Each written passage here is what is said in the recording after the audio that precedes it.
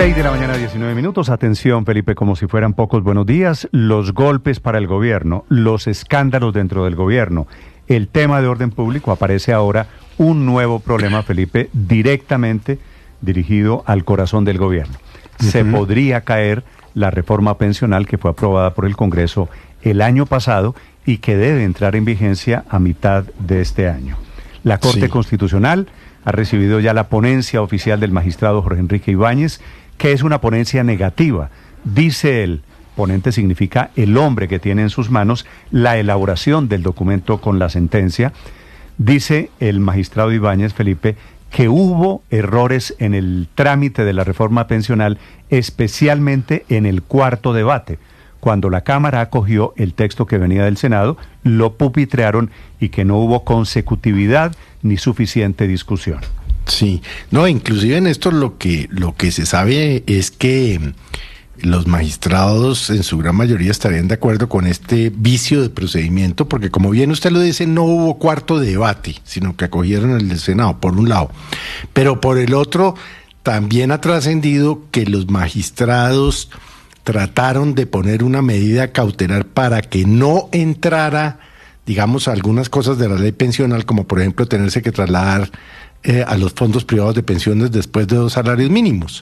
No alcanzaron, Felipe, pero esa reforma yo creo que está tambaleando, Néstor. Sí, un poquito más que tambaleando, Felipe, está a punto de caerse, por eso digo, es muy mala noticia para el gobierno y para quienes consideran que esta es una buena reforma pensional. Así es. Que se puede caer en la Corte Constitucional, que sería un golpe. Esta es la gran reforma de las pocas que ha tenido éxito el gobierno del presidente Petro. Javier Segura.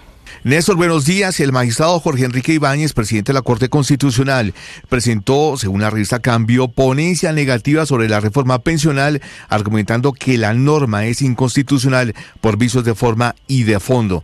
La ponencia señala que en el cuarto debate de la reforma en la Cámara de Representantes no se realizó un debate adecuado. En su lugar se aprobó sin mayor discusión el texto que había sido hablado previamente en el Senado de la República. Este procedimiento, según el magistrado, vulnera el principio de consecutividad y afectó a la integridad del articulado. Sobre eso hay que decir, Néstor, que el pasado 14 de junio del año 2024, la Cámara aprobó el texto sin debatir al menos 500 proposiciones que fueron presentadas sobre el articulado, lo que fue denunciado por varios congresistas y es el eje principal de la demanda interpuesta por la senadora Paloma Valencia. La Procuraduría y varios expertos respaldan que hubo vicio de trámite, aunque algunos consideran que el Congreso podría corregirlo repitiendo el debate. La ponencia también señala que la reforma vulnera el artículo 48 de la Constitución Política de Colombia al crear un régimen pensional especial para comunidades indígenas afrocolombianas, raizales, palenqueras y campesinas. Además, se cuestiona la disposición que establece el pago del impuesto de renta para pensiones que superen los 1.000 VT anuales, es decir, aquellos pensionados que reciban al mes mesadas mayores a 4.149.000 pesos, ellos deberían declarar renta ante la DIAN según el texto de la reforma.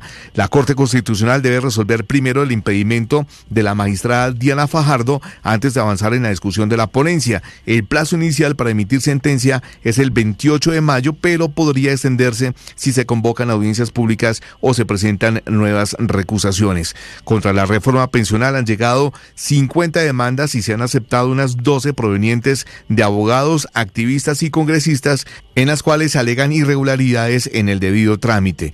Es importante, Néstor, destacar que aunque el magistrado Ibáñez es el ponente principal, la decisión final dependerá del consenso de la Sala Plena de la Corte Constitucional. Javier Segura, Blue Radio. Que de momento tiene los votos, Javier, gracias, en esa Sala Plena. Felipe, ¿usted se acuerda?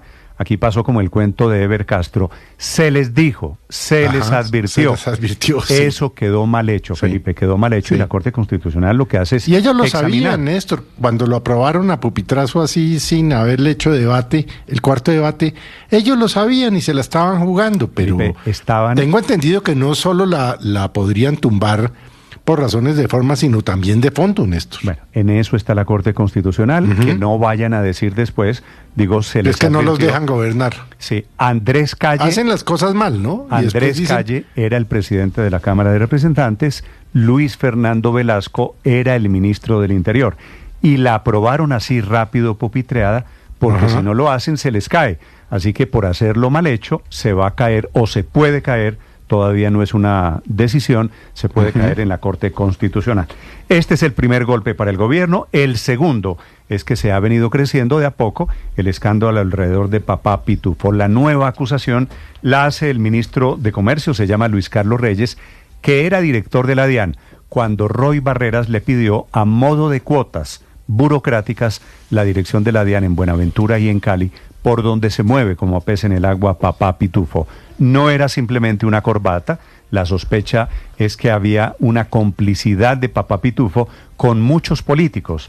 La denuncia del exdirector de la DIAN, que le decían en la época de celebridad, le decían Mr. Taxis, no solo Roy Barreras le pidió la dirección de la DIAN, sino Juan Fernando Petro, el hermano del presidente Gustavo Petro, también fue con un delegado de Papá Pitufo a pedirle que pusiera en la dirección de la DIAN a un amigo, a un amigote, a un cómplice. Nicolás Rodríguez. Hola, Néstor, buenos días. La fiscal general Luz Adriana Camargo se refirió a los hechos que denunció el ministro de Comercio Luis Carlos Reyes, acusando a Roy Barreras, entonces presidente del Congreso, y más políticos de ambos bandos sobre presuntas presiones y peticiones para entregar puestos en las direcciones de la DIAN y en seccionales, haciendo referencia específicamente a la dirección en Cali y la seccional de Buenaventura. De acuerdo con la fiscal Reyes, sí mantuvo la reunión denunciando las presiones. Sin embargo, como respuesta a este hecho, la fiscal Camargo asegura que hacer recomendaciones no es un delito. Lo que sí sería delictivo sería tener una red dentro de la entidad. Poco antes de que el doctor Reyes saliera del cargo de la DIAN, él estuvo en mi oficina y efectivamente me hizo referencia a la solicitud que le habían hecho algunos funcionarios públicos para unos puestos claves en la DIAN. En principio, hacer recomendaciones no es un delito. Y lo que sería delictivo es tener una red dentro de una entidad. Y nosotros eso es lo que estamos precisamente investigando con alias Pitufo. Y es que en la denuncia que hace el ministro de Comercio Luis Carlos Reyes asegura que el presidente Gustavo Petro estaba enterado y que por encima de la misma orden del jefe de Estado no se dieron a nombrar los recomendados. En un trino dice lo siguiente, abro comillas, todo tipo de personas altamente influyentes y conectadas y de todos los bandos políticos me presionaron para que nombrara a sus recomendados en distintas aduanas. Y es que en un extenso trino el entonces director de la DIAN también aseguró que los recomendados entraron a una antilista y eran descartados inmediatamente, por lo cual generó enemistad con quienes, como se dice, metieron las manos al fuego. Sin embargo, Reyes implica directamente a Roy Barreras cuando este mismo le hizo una amenaza si no cedía a las peticiones. Según Reyes, Roy le dijo lo siguiente, mira, apreciado Luis Carlos, tú eres un tipo muy prometedor, vas a ser ministro, tú vas a esto y lo otro, eres como un futbolista estrella, imagínate lo feo que sería que a Messi le rompieran las piernas. Sin embargo, tras estas acusaciones, el hoy embajador de Colombia en Reino Unido, Roy Barreras, en dos trinos diferentes aseguró que las declaraciones del ministro eran calumnias. Lo que sí es delito es la calumnia que pretende desviar la atención acusando inocentes para encubrir a otros o para cubrir sus propios pecados. Todo delito es repudiable, pero además es una pésima idea cometer delitos para encubrir pecados. Si la calumnia fuera argumento para abandonar la lucha por un mejor país, que es para mí la vida misma y mi testimonio de vida, sería fácil para ellos eliminar competidores. No lo lograrán. Y es que el tema trascendió porque el senador J.P. Hernández radicó una solicitud a la Corte para que investigue a Roy Barreras por presuntas conductas irregulares que podrían constituirse de delitos como tráfico de influencias al recomendar personas para los cargos. Pero nosotros queremos que la Corte Suprema se apersone de esto que hoy está denunciando Luis Carlos Reyes y por eso hemos radicado una solicitud de investigación para que Luis Carlos Reyes sea llamado ante la Corte Suprema de Justicia a rendir testimonio y Roy Barreras también sea llamado, investigado y tenga que con pruebas demostrar que no es cierto lo que está diciendo Luis Carlos Reyes, que solicitó la DIAN de Buenaventura y de Cali, que solicitó y entregó unas hojas de vida. Sin embargo, hay otra arista en esta novela, pues el ministro Reyes también confirmó la versión entregada en la que el hermano del presidente Gustavo Petro, Juan Fernando Petro, y un intermediario de Diego Marín Buitrago, alias Papá Pitufo, estuvieron en las oficinas de la dirección de la DIAN en Bogotá. Reyes en sus declaraciones no entregó más detalles de la visita, pues simplemente mencionó el nombre de Roy Barreras como principal interesado en estos puestos. Nicolás Rodríguez, Blue Radio.